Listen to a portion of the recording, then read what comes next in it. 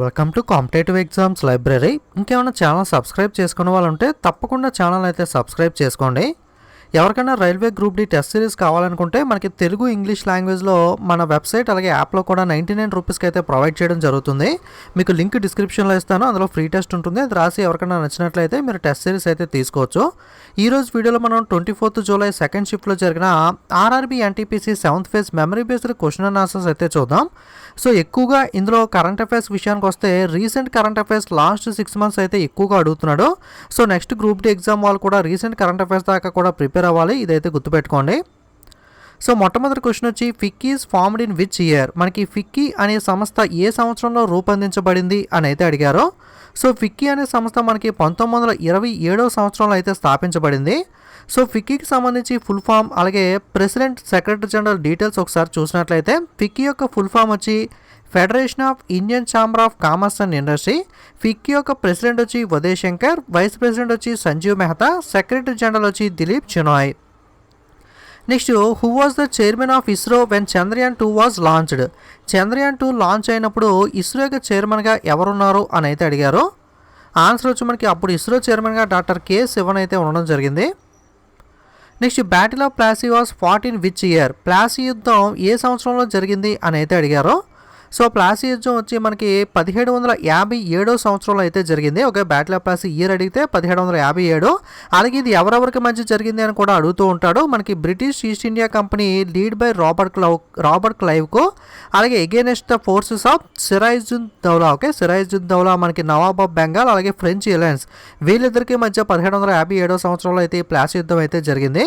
Okay, east India కంపెనీకి వ్యతిరేకంగా ఎవరు పోరాడారు అని కూడా అడుగుతూ ఉంటారు. అప్పుడు ఆన్సర్ మనకి సిరాయిజుద్దౌలా అని అయితే చెప్పాలి. లేదా ఈస్ట్ ఇండియా కంపెనీ తరపున బ్యాటిల్ ఆఫ్ ప్లాసీలో ఎవరు పాల్గొన్నారు అని కూడా అడుగుతూ ఉంటారు. అప్పుడు ఆన్సర్ వచ్చి రాబర్ట్ క్లైవ్ అయితే అవుతుంది. Next, biggest area network. Okay, మనకి క్రింది ఆప్షన్స్లో అప్రాక్సిమేట్గా అయితే ఈ విధంగా ల్యాన్, వ్యాన్, మ్యాన్, ట్యాన్ అని ఇచ్చి ఇందులో బిగ్గెస్ట్ ఏరియా నెట్వర్క్ ఎక్కువ మెజారిటీ ఏరియాని కవర్ చేసే నెట్వర్క్ ఏది అని అయితే కంప్యూటర్లో క్వశ్చన్ అయితే అడగడం జరిగింది. సో ఆన్సర్ వచ్చి మనకి wide area network, van. Okay, van wide area network పేరులోనే ఉంది కదా, వైడ్ అంటే చాలా పెద్ద ఏరియానైతే ఇది కవర్ చేయడం జరుగుతుంది. అలాగే మ్యాన్ ఫుల్ ఫామ్ వచ్చి మెట్రోపాలిటన్ ఏరియా నెట్వర్క్, అలాగే ల్యాన్ అంటే local area network. Okay, full forms కూడా గుర్తుపెట్టుకోండి, వీటికి సంబంధించి మనకి అడిగే అవకాశం అయితే ఉంటుంది కంప్యూటర్లో. Next, Sriharikota range S H A R is located in which district? Okay, Sriharikota range SHAR అయితే ఏదైతే ఉందో మనకి ర్యాకెట్ లాంచింగ్ స్టేషన్ అనేది శ్రీహరికోట రేంజ్ అనేది ఏ జిల్లాలో ఉంది, లేదా శ్రీహరికోట ఏ జిల్లాలో ఉంది అని అయితే అడిగారు. సో శ్రీహరికోట అనేది మనకి నెల్లూరు జిల్లా, నెల్లూరు డిస్ట్రిక్ట్లో అయితే ఉంటుంది. స్టేట్ అడిగితే కనుక మనకి Andhra Pradesh.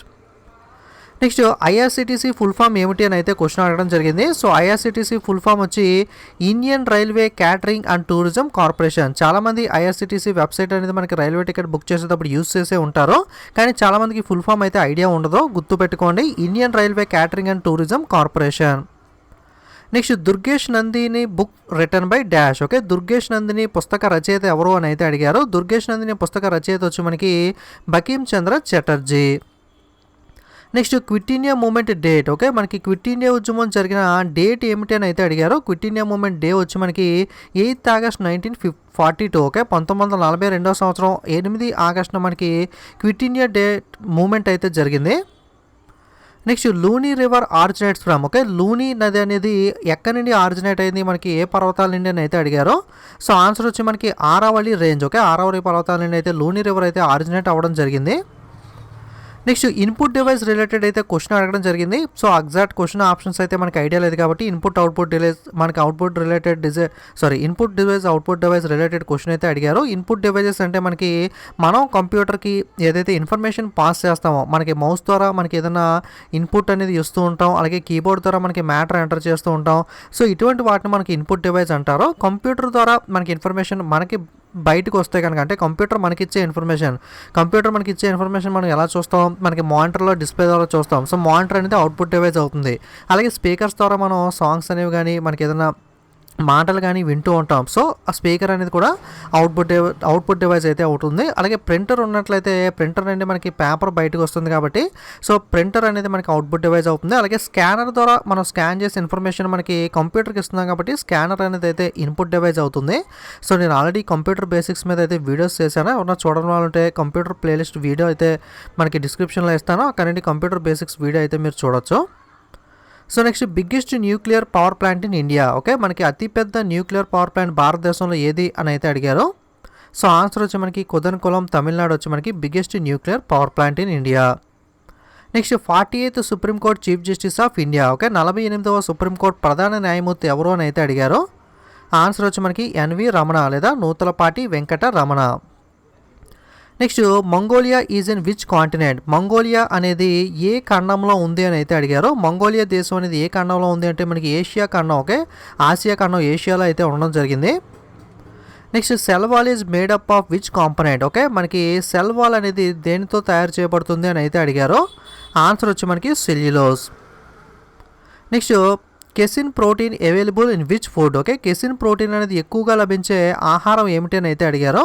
So according to the option చూసుకుంటే మనకి అలాగే ఎక్కువ లభించేది కూడా మనకి మిల్క్లో అయితే పాలలో అయితే ఎక్కువ కెసిన్ ప్రోటీన్ అయితే మనకి లభిస్తుంది.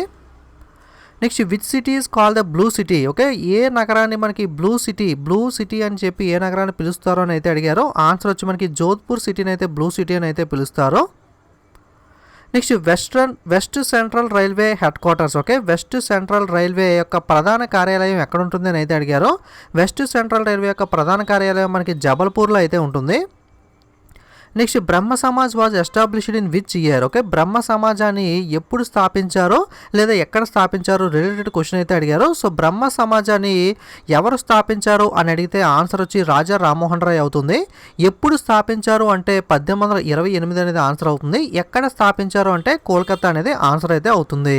ఓకే, బ్రహ్మ సమాజం రిలేటెడ్ క్వశ్చన్ అయితే వచ్చింది. ఈ మూడిట్లో ఒకటైతే అడిగారు. సో మూడు కూడా గుర్తుపెట్టుకోండి, నెక్స్ట్ షిఫ్ట్లో కూడా అడిగే అవకాశం అయితే ఉంది. Next United states, Japan, Australia and India alliance is called. మనకి అమెరికా, జపాన్, ఆస్ట్రేలియా, ఇండియా కలిపి ఈ 4 దేశాలు కలిపి ఒక కూటమిని అయితే ఏర్పాటు చేయడం జరిగింది. ఆ కూటమి పేరు ఏమిటి అని అయితే అడిగారు. సో ఆ కూటమి పేరు వచ్చి మనకి క్వాడ్. ఓకే, QUAD అంటే క్వాడ్రిలేటరల్ సెక్యూరిటీ డైలాగ్. ఈ 4 దేశాలు కలిపి దీన్ని అయితే స్థాపించడం జరిగింది. నెక్స్ట్ బ్రాస్ అనేది దేన్ని మిక్స్ చేస్తే వస్తుంది అని అయితే అడిగారు. Brass is a alloy of copper and zinc.